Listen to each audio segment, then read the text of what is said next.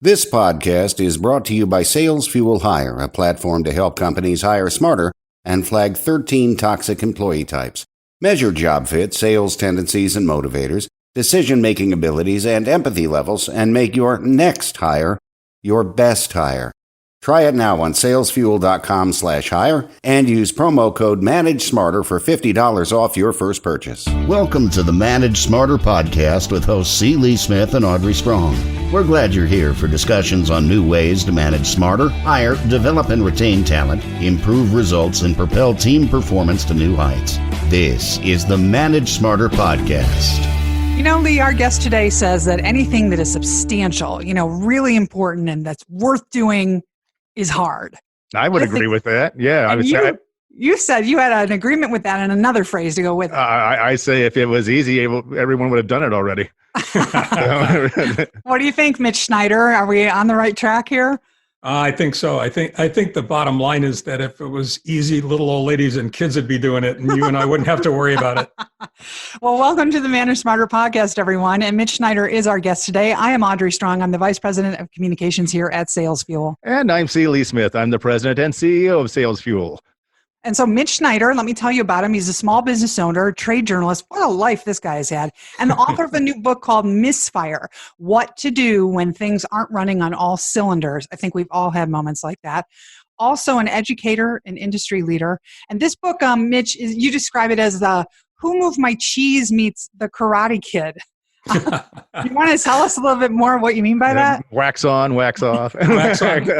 Well, to a large degree, all the great lessons I've learned in my life have been through failure, and many of them have been learned in a martial arts studio. And the first lesson you learn in the martial arts studio is that the ground is hard. Yeah. Okay. Because you get knocked on your butt a lot, and you got to be able to get up, and you've got to be able to learn from whatever mistakes you made in the course of getting knocked down. So it happens as infrequently as possible, especially as you get older and older. So there's got to be a certain amount of wisdom that comes from all of that if you're lucky. And I was very lucky and had great teachers and wonderful mentors in the course of my life.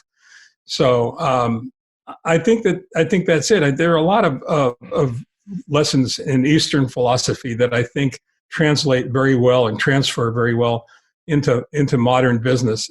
One thing that I noticed early on in my career is that it doesn't matter whether it's a large business or a small business, the number of tasks doesn't change. The difference is that in a small business, fewer people get to distribute those tasks. So it's important to be able to stay centered and to have control over yourself, because in many cases, you don't have a lot of control over the environment. I think that listening to you talk about that makes me think of, the hard ground or consequences. So if you do something wrong or whatever, you might get kicked in the head in the dojo. But, if you don't have those types of consequences, in real life, if you let people, screw up basically, and there are no consequences for it or whatever, they never learn, they never get kicked in the head, they never fall to the ground. And so they're more prone to keep making the same mistakes over and over again.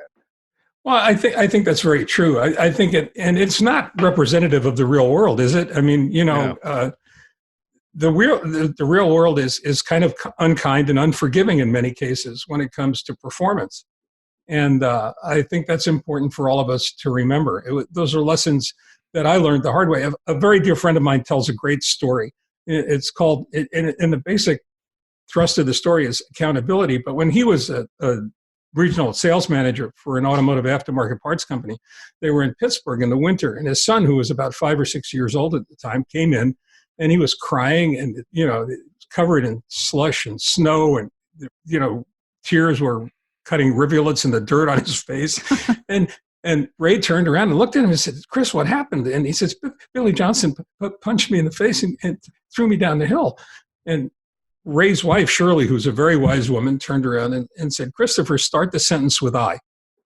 And he said, Billy Johnson punched me in the face and pushed me down the hill. And she got up and walked over and took his little chin in her fingers and said, "Christopher, start the sentence with I." He says, I kicked Billy Johnson in the stomach, and then he punched me in the face down the hill.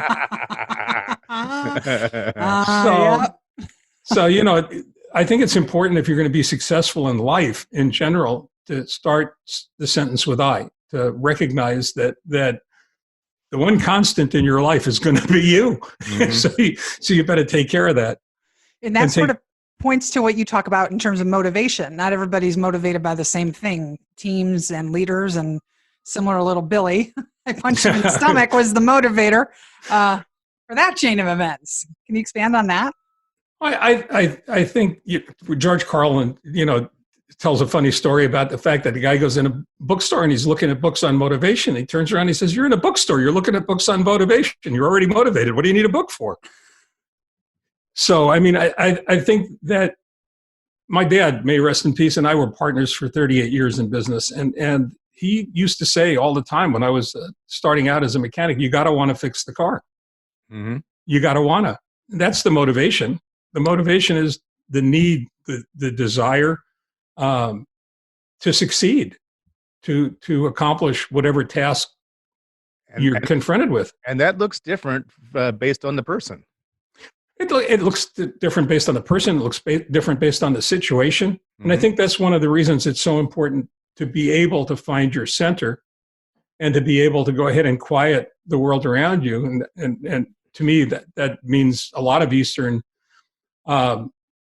philosophies, meditation especially. I'm very fortunate in that meditation for me, I'm not one of those people who does well with seated meditation. But in Tai Chi, for instance, there's moving meditation, and that's really good to stay centered. And breathing, something as simple as just breathing. Mm-hmm. I'm going to take some analogies here. I'm going to run with it. So your title of your book, you're talking about when things aren't running on all cylinders. You're like my late father, who just passed away this past year, Corvette owner.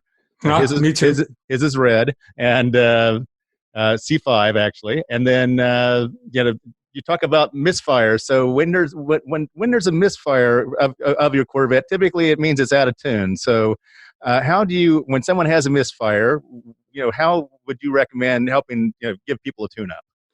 Well, it's really interesting. In the course of my trade journal writing, it occurred to me at one point that the four-stroke internal combustion engine is a perfect analogy for business. In many cases, intake, compression, power, exhaust, right? Intake is all the advertising and marketing you do to get people to come to your door.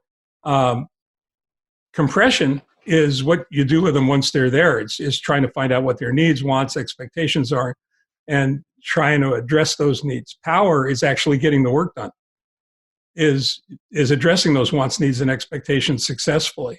And then exhaust is follow-up, getting the car out, and doing the warm fuzzies, ECRM and CRM stuff that creates a relationship and bonds that relationship between you and the client. So I think that has an awful lot to do with it. What about those of us who drive Teslas? Be sure and check the app and make sure you know where you get the next charge. And always make sure that you recharge yourself. That's right. That's what it means. Yes. Now, some of these other concepts that are, East meeting West, you talk about, you said situational awareness, problem solving, reinvention, and mindfulness. Do you want to expand on those? Which of those is the most important, or are they all equal? Reinvention's my favorite. I'm just saying. Yep. I'll get to reinvention in a second, but situational awareness is really important. You've got to understand the terrain that you're in. You've got to understand your environment. And you've got to understand, I believe with a perfect faith, that you've got to understand the fact that you have to be in control of that environment as much as you're able. And I think those things are really important. It's important on the street to be aware of your surroundings. They've done studies on this for years, and they say that people that appear to be aware of their surroundings or looking around, are not looking at their cell phone, are walking erect, are much less likely to be taken advantage of. I think the same thing happens in business, only with a different set of parameters there. Reinvention is critical because the world around us is changing every day, and if you're not capable of changing with it, if you're not aware of the changes, then you're going to be buried. Mm-hmm. But if you are aware of the changes, you have to recognize that what got you to where you are right now is not going to take you into the future. It's not even going to keep you safe in the present. and that the world is dynamic. If you're climbing the ladder of success and you decide you're going to take a break and hold on a second, standing still on that ladder of success is just a matter of how far behind you're getting, because the world is moving at breakneck speed away from you. It's like a game of Frogger. Remember that video game? Yeah. You step out into the highway and you stand put, you're going to get smushed. Yeah, no, I think that Misfire was my attempt to when I finished the book, it was going to be a legacy book, because I know this sounds overly dramatic, but when I finished the book in the course of writing it, after I was diagnosed in 2014 with bone marrow cancer, I thought it was going to be a legacy piece. I thought that was going to be a work that would, go beyond me. Makes more sense to me. Yeah. Fortunately, I tricked him. and I'm still here, a stem cell bone marrow transplant, and someone else's stem cells and now DNA has given me a second chance, a new lease on life, as it were. So speaking of reinvention, then it's like, so all of a sudden now you like Middle Eastern food. What's up with that? That's what your bio said. It's bizarre. It's just really bizarre. I never liked spicy food. I've got all kinds of spices in the refrigerator now. We went out for Middle East. I had a zen for Middle Eastern food the other night. We had to go out so that I could have shawarma and falafel. And because your donor was from which country? He's Israeli. Yeah. I've got the DNA of an 18-year-old Israeli coursing through my veins. Wow. Well, you have way too much wisdom to share with the world. You weren't ready to check out. You're going to have to stick around for the sequel to your book. Start writing now. So the experience of a very serious illness like that, not a lot of people go through that, and we're so glad that you're having a good outcome. What are some of the lessons you want to share with our listeners from that unique experience? I think that none of us realize or recognize the importance of the mind-body connection, and addressing that, being able to quiet your mind, being able to center yourself, being able to eliminate the monkey chatter that's always trying to fill your brain and undermine you, is critically important. A positive attitude is critical. And one of the things that you learn very early is, we're inundated in the news constantly with how bad things are. Doesn't matter whether you want to talk about economy, politics, whatever. Realization for me was that there were people that I didn't know that heard of my illness and showed up at the City of Hope in Duarte, California to donate blood and platelets. So people are genuinely good, and many of them are just searching for an opportunity to demonstrate that goodness. And I think that's an incredible lesson in and of itself. And it's reassuring to know that there are good people out there. I think there are very few things in life that are not two-edged swords.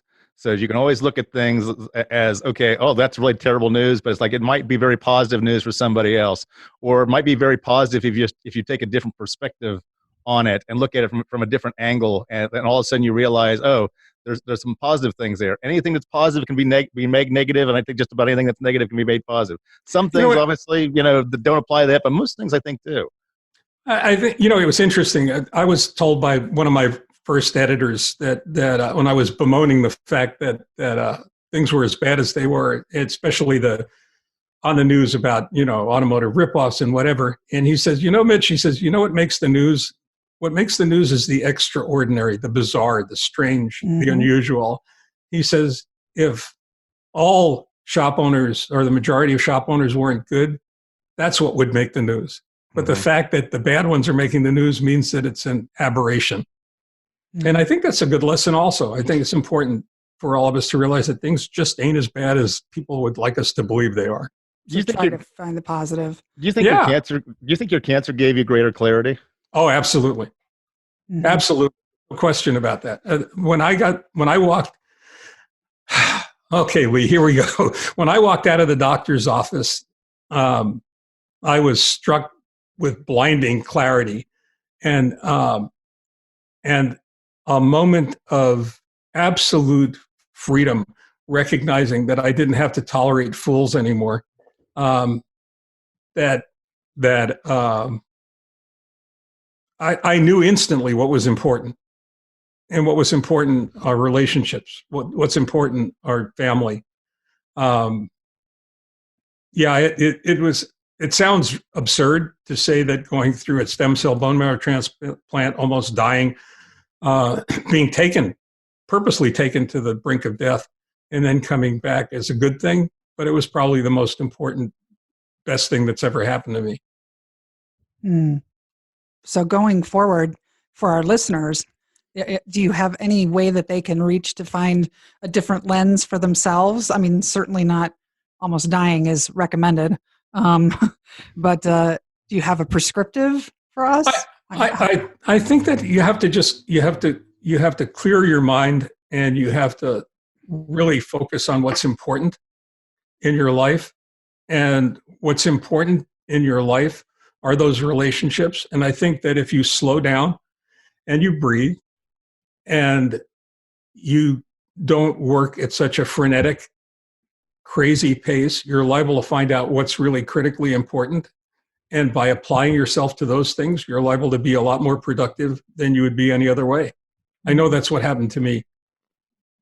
You say that a very simple concept that I love that we should all be reminded of that ties into what you just said is that most leaders and managers, which is who our audience is, they have the vision. They just forget to tell everybody else what it is. Mm-hmm. That was my biggest problem in business.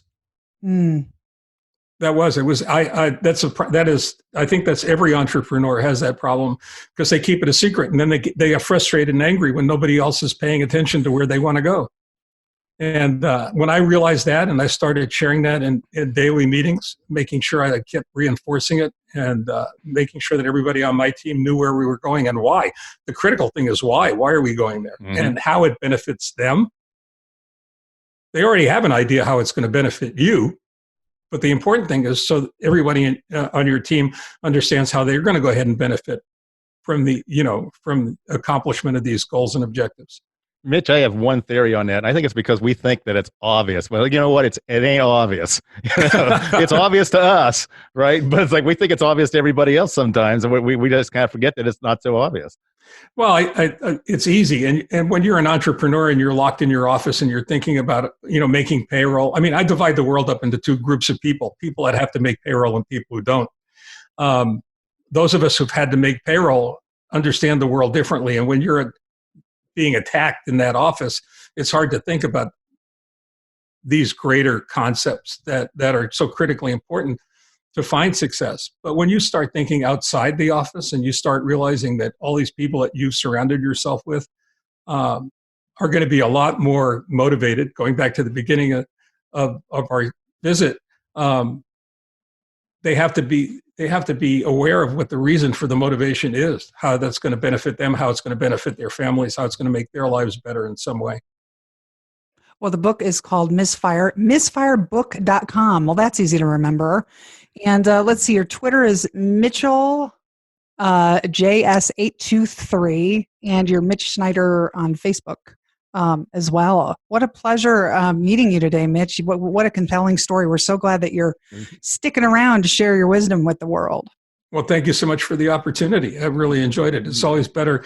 It's always great when you get to talk to two people that turn out to be old friends or new friends. Mm-hmm. And make sure you check back with us and when you write that second book. Oh, I will. It's funny. I've already been asked to write a prequel. Mm-hmm. So it'll be 3 books. It'll be a prequel and a sequel. How's that? What happens before Misfire? That'll be interesting. Yes. Well, thanks for the lively conversation. And everybody, listen, if you like this conversation with Mitch, please tell a friend about our podcast. Spread the word. Mitch, you do it too with all your friends and family. Mm-hmm. Tell a friend, tell a colleague, send it to your great aunt's cousin twice removed, please. And have him or her subscribe, rate, and review our show. And you can see all the back episodes at managesmarter.com. Thanks for listening, everybody, and we'll see you next week. Thanks for listening. If you enjoyed the show, please rate and recommend on iTunes, Overcast, or wherever you get your podcasts. You can also get more great information at salesfuel.com.